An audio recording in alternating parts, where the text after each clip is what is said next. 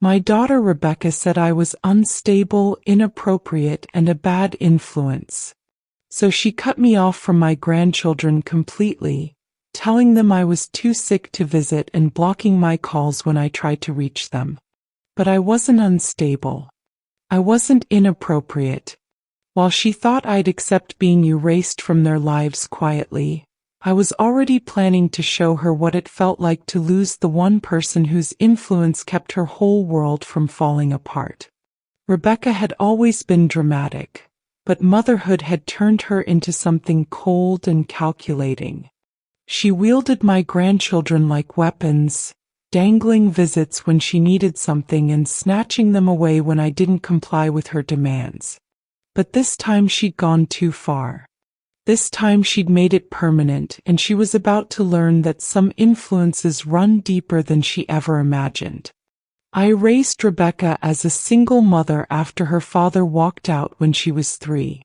I worked 2 jobs to keep us afloat, days at the insurance office, nights cleaning office buildings. I came home exhausted every evening to help with homework, make dinner, and listen to her practice piano. When she wanted to quit during her rebellious teenage years, I kept paying for lessons because I knew she had talent. When she got pregnant at 17, I didn't lecture or judge. I held her hand through morning sickness and midnight feedings. Rebecca's children, Emma and Luke, were the light of my life. When Rebecca struggled with postpartum depression after Luke was born, I moved in for 6 months to help. I got up for night feedings, changed diapers, and rocked him back to sleep while Rebecca recovered. I took Emma to preschool every morning and picked her up every afternoon so Rebecca could rest. I cooked meals, did laundry, and managed the household so my daughter could heal. When Rebecca went back to work, I became the primary babysitter. Every day after school, Emma and Luke would come to my house. We'd do homework together, bake cookies, and read stories. I taught Emma how to braid friendship bracelets and showed Luke how to build model airplanes. They called my house their second home, and I treasured every moment we spent together. Rebecca married David when Luke was 4, and suddenly everything changed. David was controlling, possessive, and he didn't like the close relationship I had with the children. He wanted Rebecca's full attention and saw me as competition. Rebecca, desperate to make her marriage work, began pulling away from me and limiting my time with Emma and Luke. The restrictions started small. I couldn't have the children overnight anymore because David thought it disrupted their routine. I couldn't take them places without Rebecca's explicit permission because David worried about their safety. Slowly, my daily presence in their lives became weekly visits, then monthly, then only on special occasions. But I accepted it because I understood Rebecca needed her marriage to work. I'd raised her alone, and I didn't want her children to grow up without a father figure. I bit my tongue when David made snide comments about my parenting style. I smiled politely when he criticized the gifts I brought or the activities I planned. I told myself that as long as I could still see Emma and Luke, I could endure his hostility. The first major incident happened during Emma's 8th birthday party. I'd spent weeks planning a special surprise, a photo album filled with pictures from our adventures together, each page decorated with memories we'd shared. When I presented it to Emma, she squealed with delight and started showing it to the other children. David snatched it from her hands and flipped through it with obvious disapproval. "This is inappropriate," he announced loudly enough for the other parents to hear. "Emma doesn't need to be dwelling on the past. She should be focused on her future with our family." Rebecca stood there silently while he handed the album back to me. "Maybe you could give this to her when she's older," she said quietly, not meeting my eyes. Emma started crying, asking why she couldn't keep her present.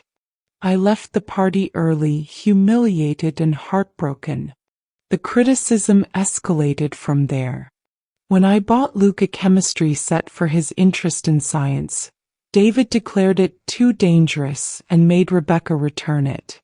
When I took Emma to see a musical theater production, David complained that I was exposing her to inappropriate adult themes because the show dealt with historical events. Everything I did was scrutinized, criticized, and ultimately forbidden. The breaking point came when Rebecca called to tell me I wouldn't be welcome at Luke's school play. "David thinks your behavior has been too erratic lately," she said. "The teachers might get the wrong impression about our family stability." "What erratic behavior?" I asked, genuinely confused. "You argue with David's decisions. You undermine our parenting. You get too emotional when the children talk about missing you." I realized then that loving my grandchildren openly had become a crime in Rebecca's house. Showing emotion when they hugged me goodbye was manipulation. Bringing them gifts was spoiling them. Teaching them about their family history was living in the past. David had systematically reframed every expression of my love as evidence of my unworthiness. When I tried to defend myself, Rebecca would shut down the conversation. "I have to think about what's best for my children," she'd say, as if I were some stranger trying to harm them instead of the grandmother who'd helped raise them from birth. The final confrontation came on a cold Tuesday morning in November. I hadn't seen Emma and Luke in 3 weeks because Rebecca kept making excuses. They were too busy with school activities. David had planned family time. They were fighting colds and couldn't risk exposure.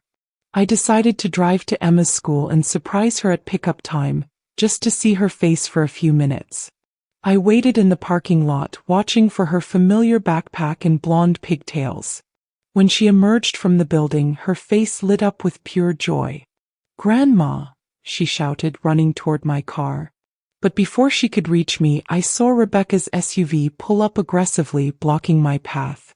Rebecca jumped out, her face twisted with fury. "What are you doing here?" "I wanted to see Emma." "It's been weeks, Rebecca. You can't just show up at her school. This is exactly the kind of unstable behavior I'm talking about."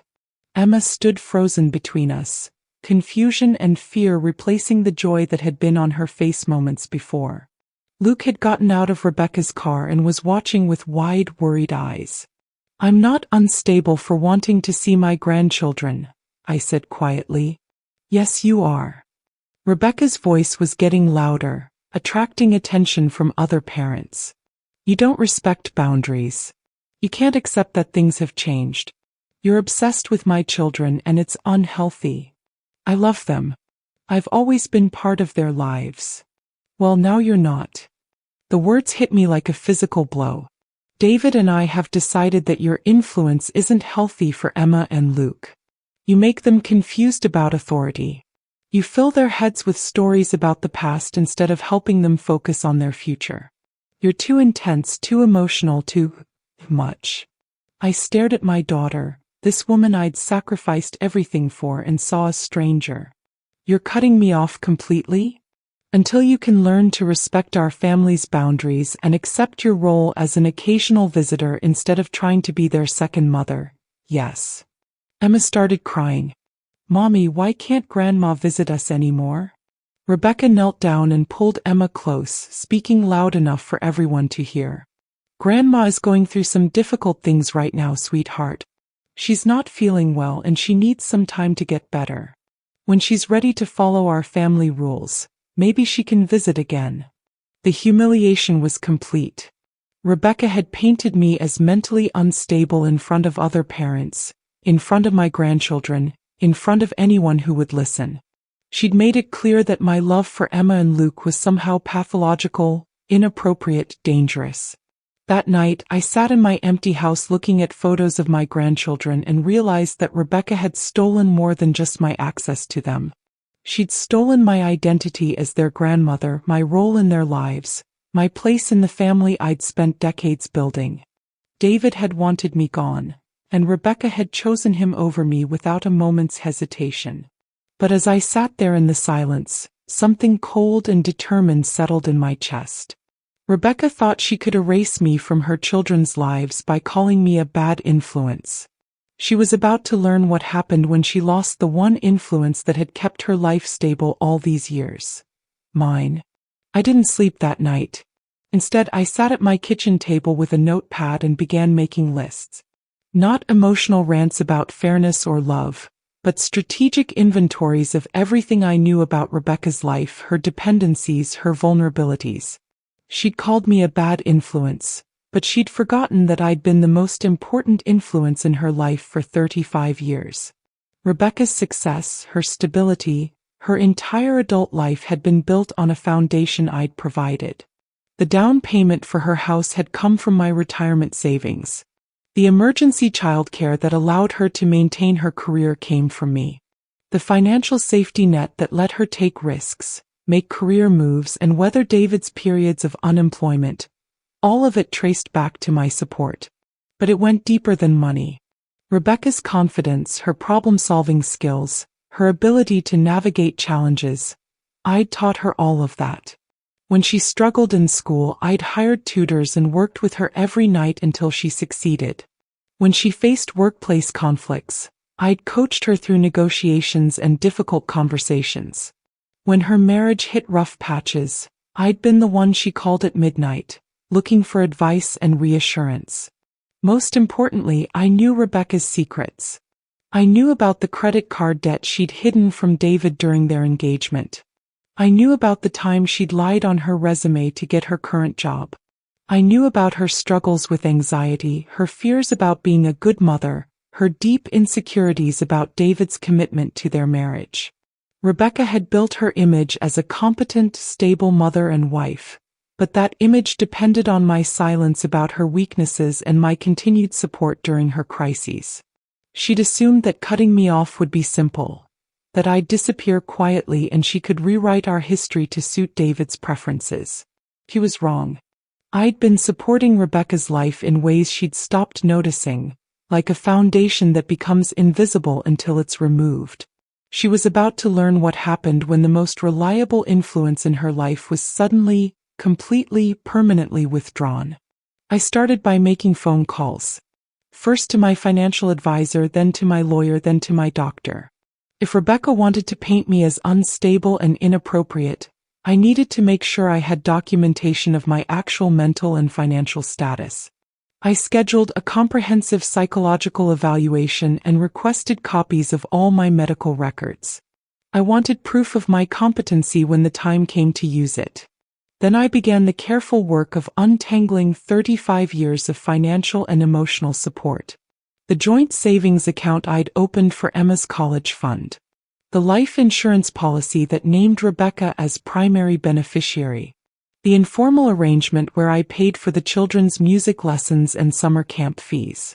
The standing offer to help with emergency expenses that had bailed Rebecca out of countless financial crises over the years. Rebecca thought she was taking away my influence over her children.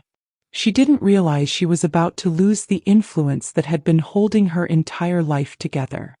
The first phase was subtle, almost invisible. I simply stopped doing the things I'd always done for Rebecca without being asked. When Emma's piano teacher called to confirm the monthly payment, I told her she'd need to contact Rebecca directly from now on. When Luke's summer camp sent registration materials to my address, I forwarded them to Rebecca with a note that I wouldn't be handling enrollment this year. Small things Rebecca had grown so accustomed to that she barely noticed them anymore. The birthday gifts that always arrived perfectly timed and thoughtfully chosen. The emergency babysitting when David traveled for work. The financial cushion that let her make impulse purchases without worrying about overdraft fees. I canceled my standing appointment with Emma's orthodontist and transferred the payment responsibility back to Rebecca's insurance. I closed the college savings accounts I'd been funding for both children and moved that money into an irrevocable trust for children's charities. I updated my will to remove Rebecca as beneficiary and left everything to organizations that supported grandparents' rights and family reunification. Within 2 weeks, Rebecca started noticing the changes. She called me, her voice tight with stress. "The piano teacher says you're not paying for Emma's lessons anymore. There must be some mistake." "No mistake," I said calmly. You made it clear that my involvement in the children's lives is inappropriate. That includes financial involvement. That's not. I didn't mean you couldn't help with their activities. Actually, that's exactly what you meant. You said I was a bad influence. Bad influences don't get to contribute to children's education and development. There was a long pause. We can't afford piano lessons right now with David between jobs. I'm sure you'll figure something out. You're a very capable mother. The second phase involved Rebecca's professional life.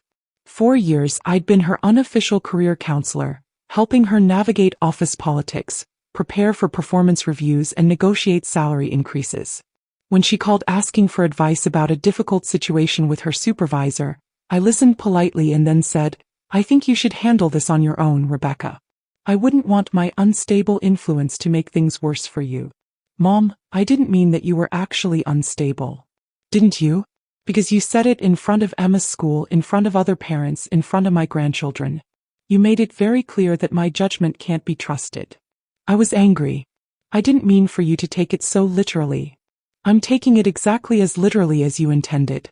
You don't want my influence in your family's life, so you won't have it. Anywhere. The crisis came faster than I'd expected. David, who'd been unemployed for 3 months, finally found a new job, but it required relocating to another state within 2 weeks. Rebecca called me in a panic, something she'd done dozens of times over the years when facing major life decisions.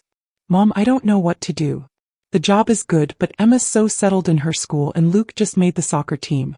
David says we have to take it, but I'm terrified of starting over somewhere new. What do you think I should do? For 35 years, I would have dropped everything to help her work through the decision. I would have researched schools in the new city, helped her weigh the pros and cons, provided emotional support during the transition, and probably contributed financially to moving expenses. Instead, I said, I'm sure you and David will make the right choice for your family. That's it? That's all the advice you have? Rebecca, you made it clear that my influence is harmful to your family. I don't want to give you bad advice that might damage your children's future. I need your help with this. No, you need David's help with this. He's your partner, the father of your children, the person whose opinions matter.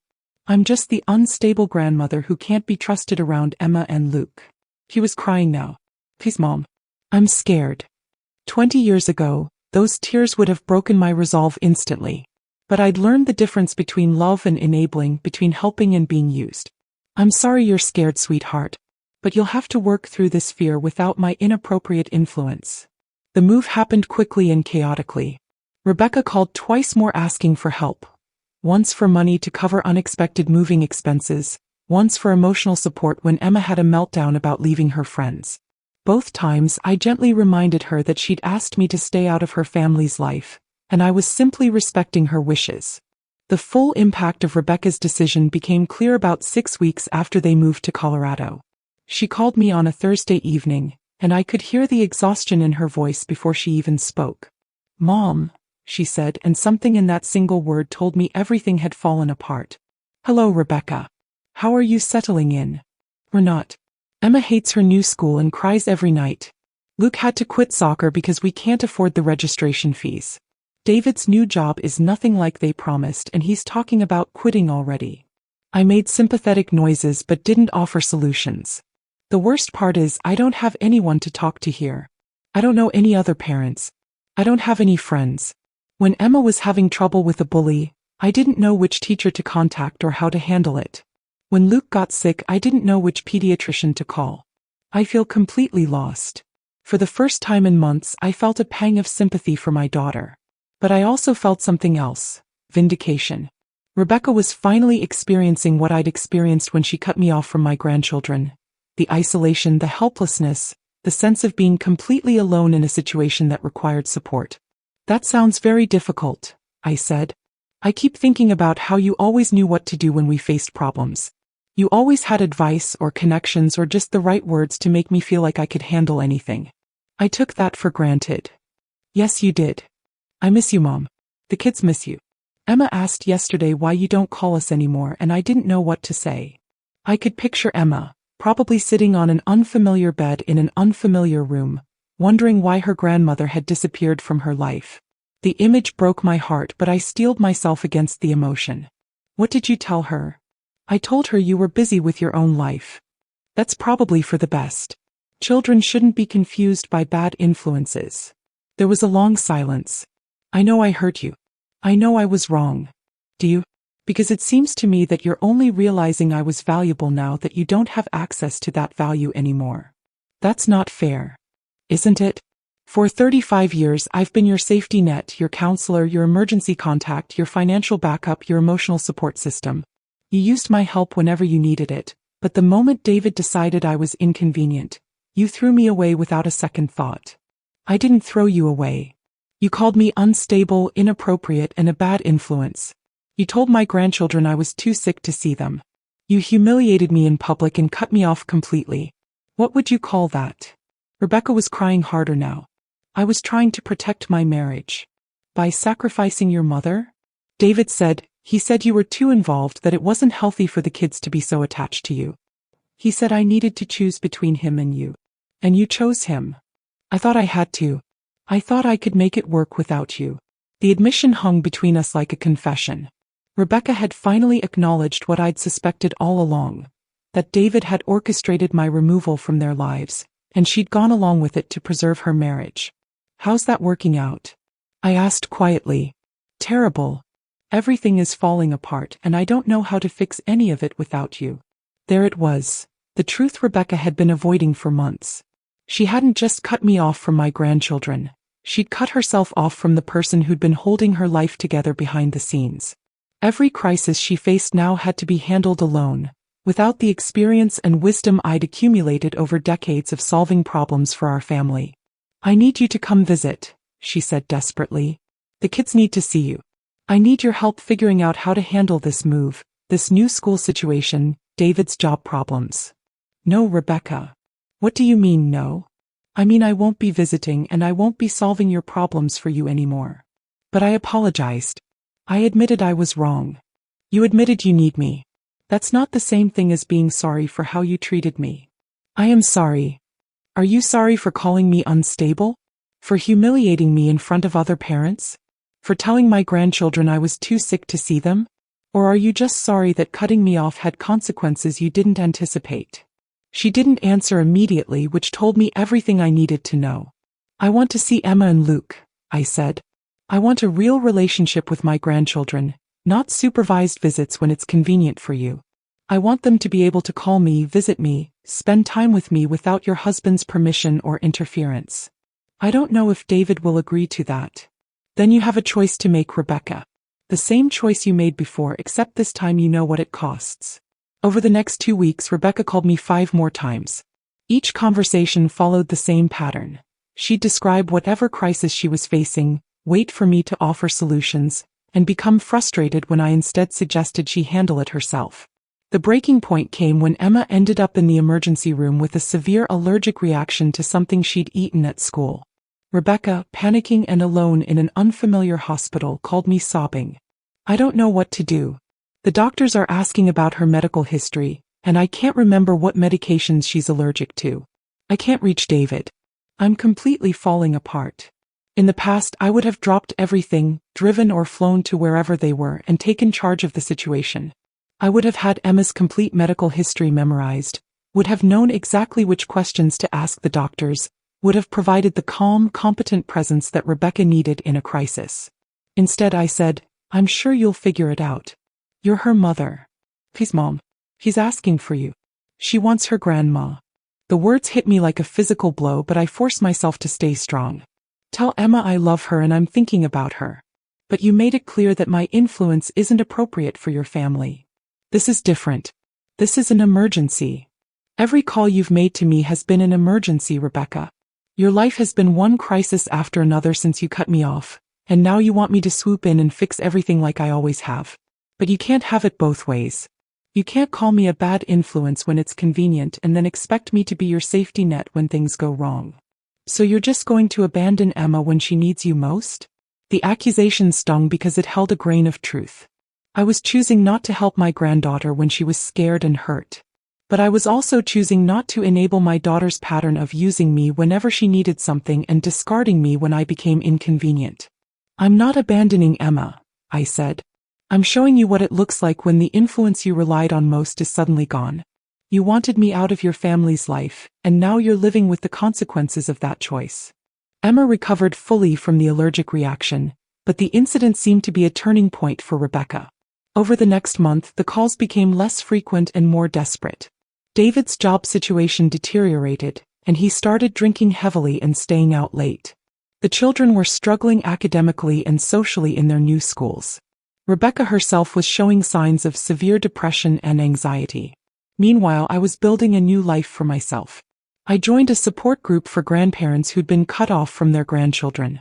I volunteered at a local literacy program, working with children who reminded me of Emma and Luke. I took art classes, traveled with friends, and rediscovered interests I'd neglected during decades of being Rebecca's primary support system. The irony wasn't lost on me. Rebecca had accused me of being too involved in her family's life, of having an unhealthy influence on her children. But now that I was living independently, focusing on my own interests and relationships, she was falling apart without the very influence she'd rejected. The final phase of my plan unfolded 6 months after Rebecca's move to Colorado. I received a certified letter from a family law attorney, informing me that Rebecca was filing for divorce from David and requesting my financial assistance with legal fees. The letter included a handwritten note from Rebecca. Mom, I know I have no right to ask this after everything I put you through, but I need help. I'm trying to get custody of the kids and move back home, but I can't afford a good lawyer. David is fighting me on everything and I'm scared I'm going to lose Emma and Luke. Please, I'll do anything to make this right between us. I set the letter aside and didn't respond immediately. A week later, Rebecca called directly. Did you get my letter? Yes. Will you help me? Help you with what exactly? The divorce. The custody battle. Moving back home. I want to bring Emma and Luke back where they belong, where they can see you again. Why would you want them to see me? I'm a bad influence, remember? I was wrong about that. I was wrong about everything. Were you? Or do you just need my financial support to get out of the mess you created? There was a long pause. Both, she admitted. I was wrong to cut you off and I need your help now. What specifically were you wrong about? I was wrong to choose David over you. I was wrong to call you unstable. I was wrong to keep the kids away from you. I was wrong to take your support for granted all these years. And I was wrong to think I could raise my children without their grandmother's love and guidance. It was the closest thing to a complete apology I was likely to get from Rebecca. But apologies, I'd learned, were just words unless they were backed up by changed behavior. If I help you, I said slowly, things will be different. I know. I mean, they will be fundamentally different. You won't get to use my influence when it's convenient and reject it when it's not. You won't get to take my support for granted and then cut me off when your husband doesn't approve. If you want me back in your life and in Emma and Luke's lives, it has to be permanent and unconditional. Yes. I understand. Do you? Because the moment you start taking my help for granted again, the moment you let anyone convince you that I'm too involved or inappropriate, the moment you try to limit my access to my grandchildren, I will disappear from your life completely. And this time I won't come back no matter what crisis you're facing. I won't do that again. You did it before, Rebecca. You threw away 35 years of love and support because your husband found me inconvenient. Why should I trust you not to do it again? Because I've learned what it costs to lose you. I've learned that you weren't just helping me raise my children. You were helping me be the person I wanted to be. Without your influence, I'm lost. The admission was everything I'd hoped she would realize, but hearing it brought me no satisfaction. Rebecca had learned the value of my influence only after trying to live without it, and the cost of that education had been months of separation from my grandchildren. I'll help you with the divorce, I said finally. I'll help you move back home. But I have conditions. Anything. Emma and Luke will spend every weekend with me until we've rebuilt our relationship. They'll have my phone number and permission to call me whenever they want. You will never again describe me as unstable, inappropriate, or any other negative term, especially not to my grandchildren. Agreed. And Rebecca, the next time someone asks you to choose between them and me, you'll remember this conversation. I will. I promise. 6 months later, Rebecca and the children moved back to town. The reunion with Emma and Luke was emotional and healing, but also bittersweet.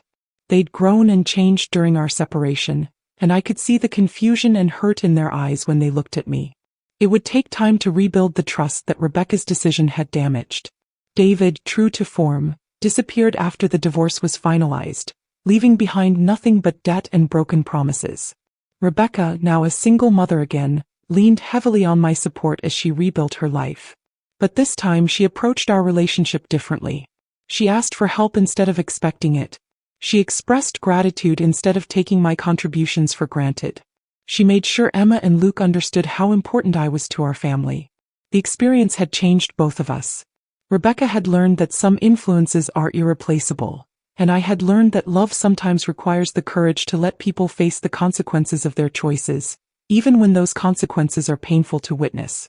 But most importantly, Emma and Luke learned that families can survive conflict and separation if the love is strong enough and the commitment is real. They learned that their grandmother's influence wasn't something to be feared or limited, but something to be treasured and protected. 2 years later, I was sitting in Emma's school auditorium watching her perform in the spring musical. Rebecca sat beside me, Luke on her other side, and I marveled at how different this felt from the last school event I'd attended, the birthday party where David had humiliated me in front of other parents. During intermission, Luke leaned over and whispered, "Grandma, are you crying?" I touched my cheek and realized I was. "Happy tears, sweetheart. Because Emma's doing such a good job singing? Because I'm here to see her do such a good job singing." After the performance, Emma ran to us in her costume, her face glowing with excitement. She hugged Rebecca first, then threw herself into my arms. "Did you see me, Grandma? Did you hear my solo?" "I heard every beautiful note," I said, holding her close. Later that evening, after we'd celebrated with ice cream and Emma had finally gone to bed, Rebecca and I sat on her back porch drinking tea and watching Luke catch fireflies in the yard. "Thank you," she said quietly. "For what?" "For not giving up on us. For fighting for your place in their lives even when I made it impossible." I thought about that. Had I been fighting for my place in their lives? Or had I been teaching Rebecca what it meant to lose something irreplaceable? Maybe it was both. "I didn't have a choice," I said. "You're my daughter and they're my grandchildren." Walking away completely was never really an option. It felt like it was for a while. That was the point. You needed to understand what you were choosing when you chose David over me. Rebecca was quiet for a long moment. "I keep thinking about what would have happened if you hadn't forced me to see the consequences. If you'd just accepted being cut off and never pushed back. You would have been fine," I said. "Eventually. You would have figured out how to handle emergencies and make decisions without me. You might have even been happier without my inappropriate influence." "No," she said firmly. "I wouldn't have been fine. I would have raised Emma and Luke to think that family relationships are disposable, that you can throw people away when they become inconvenient. I would have taught them that love has conditions and that some people matter more than others." He was right. Rebecca's children had watched their mother reject their grandmother's love for months, and they'd learned from that example. But they'd also watched me refuse to accept that rejection, and they'd learned from that too. They'd learned that some relationships are worth fighting for, that some influences are worth preserving, and that family bonds can survive even serious damage if the commitment is strong enough. "I'm proud of you," I told Rebecca. "It took courage to admit you were wrong and ask for help." "I'm proud of you too," she said. "It took even more courage to let me fail until I was ready to change." We sat in comfortable silence, watching Luke chase the last few fireflies before bedtime. In the distance, I could hear Emma practicing her piano lesson, the same song she'd been working on before everything fell apart. The melody was familiar and comforting, a reminder that some things endure even when everything else changes. Rebecca had called me a bad influence because I loved her children too much, supported her too readily, and refused to fade quietly into the background when her husband found me inconvenient. She'd learned that losing a bad influence like that was the worst thing that could happen to her family. I'd never wanted to punish my daughter or cause pain for my grandchildren. But I'd needed them to understand that some influences can't be replaced, some relationships can't be rebuilt from scratch, and some people should never be taken for granted. The fireflies were disappearing into the darkness, and Luke came running back to the porch with his jar full of tiny lights. "Look, Grandma. I caught them." "They're beautiful," I said. "But you know you have to let them go, right?" He looked disappointed but nodded. I know. They don't belong in a jar. We watched him open the lid and release the fireflies back into the night. They scattered in all directions, but somehow the yard seemed brighter for having held them even briefly. Some influences, I thought, are like that. You don't realize how much light they bring until they're gone, and once you let them go, all you can do is hope they'll choose to come back.